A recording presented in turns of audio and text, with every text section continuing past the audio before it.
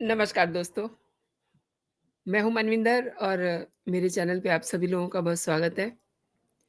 प्रबीर पुरकायस्थ अभी ईडी की गिरफ्त में है। वहीं अब सरकारी एजेंसी सिंघम पर नकेल कसने की तैयारी कर चुकी है। उन्हें एक फ्रेश सम्मन जारी किया गया है जिसके ज़रिए अब उनसे पूछताछ की तैयारी हो रही है। उनको भी पूछताछ के घेरे में लाया जाएगा। Fresh summon issued to Singham in NewsClick money laundering case. You can see. तो दोस्तों अब ईडी समाचार वेबसाइट न्यूज़ क्लिक के फंडिंग मामले में उनसे पूछताछ करना चाह रही है और न्यूज़ क्लिक पर चीन से पैसे लेकर के प्रोपेगेंडा फैलाने का आरोप है उन पर। कुल मिलाकर के अमेरिकी व्यवसायी और आईटी कंसल्टिंग फर्म थॉटवर्क्स के पूर्व अध्यक्ष नेविल रॉय सिंघम भारतीय वेबसाइट न्यूज़ क्लिक समेत चीनी स्टेट मीडिया में प्रचार करने के लिए जांच के दायरे में आ गए हैं। आपको याद होगा न्यूज़ क्लिक के खिलाफ 17 अगस्त 2023 को मुकदमा दर्ज किया गया था, जिसके तहत अधिकारियों के खिलाफ यूएपीए लगाया गया था और मीडिया संगठन पर आतंकवादी गतिविधियों, आतंकी फंडिंग, आपराधिक साजिश का आरोप लगाया गया था। वहीं इस पर 2 समूहों के बीच में दुश्मनी को बढ़ावा देने का भी आरोप है।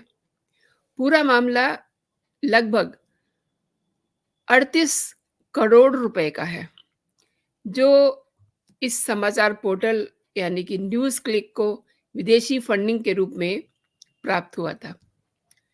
ईडी का ये कहना है कि चीनी संस्थाओं ने चीन समर्थक सामग्री का प्रचार करने के लिए न्यूज़ क्लिक को ये फंडिंग की थी, यानी कि 38 करोड़ रुपीस। अब 2021 में ईडी ने जांच में यह पाया कि न्यूज़ क्लिक वेबसाइट को विदेशों से 3 साल में लगभग 38 करोड़ रुपए की फंडिंग मिली है और ये भी मिला जांच में कि अमेरिकी करोड़पति सिंघम की ओर से लगातार न्यूज़ क्लिक को फंडिंग की जा रही है, जिसके तहत देश में चीन के एजेंडे को आगे बढ़ाने के लिए ये सब किया जा रहा था। दूसरी बात, इससे पहले भी सिंघम पर चीन की कम्युनिस्ट पार्टी के साथ रिलेशन का आरोप लगता रहा है। इसके अलावा कोई एक इन पे आरोप नहीं है। This fellow is very smart और इनको ऐसे कामों में ही अपना जो बिज़नेस है दिखाई देता है। न्यूयॉर्क टाइम ने अगस्त 2023 में सिंघम और उनकी कंपनी को लेकर के बहुत बड़ा खुलासा किया था और इस अखबार ने ये लिखा था कि चीन दुनिया में सबसे आगे रहने के लिए इस वक्त स्मोकलेस वार का सहारा ले रहा है और चीन के स्मोकलेस वार को जमीन पर उतारने का काम सिंघम की कंपनी कर रही है। और ये भी कहा जा रहा है कि सिंघम के लिए ऑब्वियसली कि वो शेल कंपनियों से फंडिंग करा करके इन कामों को अंजाम देते हैं, यानी इनडायरेक्ट वे में, ताकि किसी को ये लगे भी नहीं। लेकिन इसकी आड़ में सिंघम कितनी बड़ी साजिश को अंजाम दे रहा है, ये देखने वाली बात है। और इस मामले में कई हैरान करने वाली रिपोर्ट्स सामने आ रही हैं। चीन के स्मोकलेस वॉर को प्रभावी करने के लिए दक्षिण अफ्रीका में राजनीतिक दल, भारत और ब्राज़ील में मीडिया थिंक टैंक आउटलेट्स का सहारा ले रहा है और ऐसा भी कहा जा रहा है कि उनकी कंपनी उन कंटेंट को बढ़ावा देती है जो चीन सरकार के प्रभुत्व को दिखाती है, यानी कि सिंघम उन कंपनियों को फंडिंग करती है जो किसी देश में वामपंथी विचारधारा के लिए वहाँ की सरकार और सिस्टम के खिलाफ एक रुख अपनाती है। यही नहीं, वामपंथ आधारित कंटेंट को फैलाने के लिए सिंघम नई कंपनियों में निवेश करते हैं और वहाँ पर बड़े-बड़े पत्रकारों को रखा जाता है, जिससे जो विचारधारा है, यानी कि जो प्रोपेगेंडा है, उसकी स्पीड बढ़े, लोगों के बीच में उस पे बात हो। सिंघम की कंपनी कई गैर सरकारी संस्थाओं को भी फंडिंग करती है, जो नो कोल्ड वॉर जैसा एक अभियान पूरी दुनिया में चलाती है। और आप समझ सकते हैं कि ये पत्रकार कैसे होते हैं, जिनको ये पैसे देते हैं। ऑब्वियसली ये पत्रकार न्यूज़ क्लिक की तरह के पत्रकार होते हैं। आपने उन सब लोगों के नाम सुने होंगे जिनको द वेरी फर्स्ट डे जिनके यहाँ जाँच की गई थी, जिनको कुछ देर के लिए बुलाया गया था, लेकिन फिर उनको वापस भेजा गया। लेकिन ऐसा नहीं है, उनको दोबारा से भी बुलाया जाएगा। एक और बात, द फ्री प्रेस के जो फ्रांसिस्का ब्लॉग की एक रिपोर्ट है, उसमें ये कहा गया था कि इज़राइल पर अब जो युद्ध चल रहा है, इज़राइल पर हमास के अटैक के बाद जो युद्ध शुरू हुआ है, उसके विरोध में पीपल्स फोरम नाम के एक समूह ने कई कार्यक्रम आयोजित करवाए और इस संस्था को भी सिंघम की कंपनी ही फंडिंग करती है। कितना खतरनाक है ये व्यक्ति, इसकी कंपनी, इसका पूरा सिस्टम।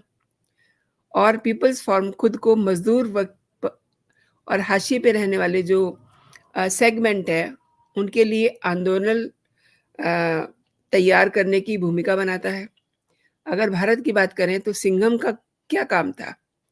जिस समय किसान आंदोलन चल रहा था, उस समय मोदी विरोधी प्रोपेगेंडा फैलाया और एक अलग किस्म की विचारधारा को प्रोपेगेंडाइज़ किया गया।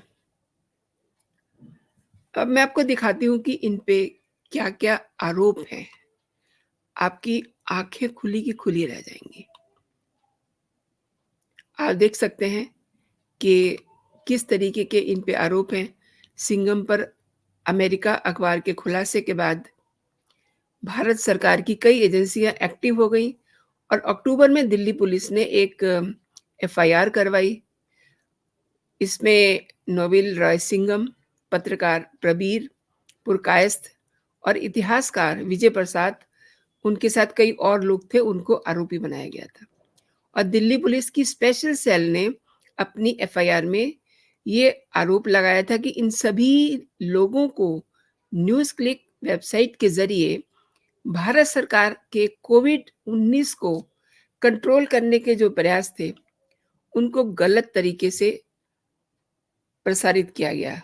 यानी कि बदनाम करने की जो झूठी कहानियाँ थी, वो लोगों के बीच में फैलाई गईं और एफआईआर में ये भी कहा गया कि उन्होंने घरेलू फार्मास्यूटिकल उद्योग और राष्ट्र विरोधी ताकतों के साथ मिल कर के लोकतांत्रिक रूप से चुनी गई भारत सरकार की नीतियों और विकास की जो पहल की गई, उसके बारे में झूठी कहानियाँ, उन कहानियों को बढ़ावा देकर के राष्ट्रीय हित के खिलाफ काम किया। और इस केस में यूपीए की धारा 13 यानी कि गैर कानूनी गतिविधियाँ और धारा 17 आतंकवादी कृत्यों के लिए धन जुटाना, धारा 18 साजिश और धारा 22 सी कंपनियों द्वारा अपराध और भारतीय दंड संहिता की धारा 153 ए धर्म, जाति, जन्म स्थान, निवास, भाषा आदि के आधार पे विभिन्न समूहों के बीच में शत्रुता को बढ़ावा देना और सद्भाव बनाए रखने के लिए प्रतिकूल कार्य करना और 120 धारा आपराधिक साजिश के तहत केस दर्ज है। इसके बाद इसके बाद ही जो ईडी है वो एक्टिव होती है और अपना काम शुरू करती है।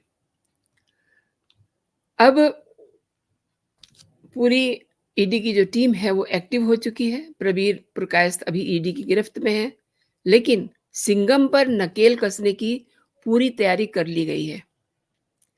नेविल रॉय सिंघम अगस्त 2023 में पहली बार तब सुर्खियों में आए थे जब एक अमेरिकी अखबार ने ये खुलासा किया था कि सिंघम की कंपनी चीनी सरकार से पैसे लेकर के पूरी दुनिया में एक सिस्टमैटिकली तरीके से प्रोपेगेंडा फैला रही है और इस रिपोर्ट से कई देशों में हंगामा मच गया था।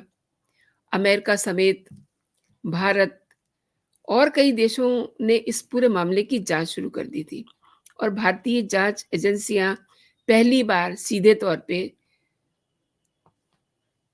सम्मन जारी करने के लिए उन्होंने माइंडसेट बनाया और अब जाकर के उसको सम्मन जारी किया है। सिंघम की कंपनी थॉटवर्क इस समय दुनिया भर के 30 से ज़्यादा कंपनियों के साथ काम कर रही है।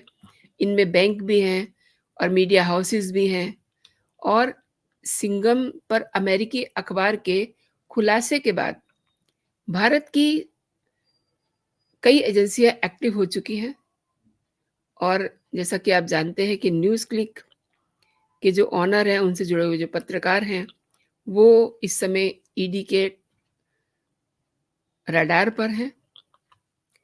अब आप समझ सकते हैं कि किस तरीके से जो मोदी विरोधी नीतियां हैं, उनको प्रसारित किया जा रहा है सिंघम के ज़रिए। सिंघम ने जो एक सिस्टम बनाया हुआ है, उसमें जो पत्रकार हैं, पत्रकारों को पैसा वो क्यों दे रहे हैं?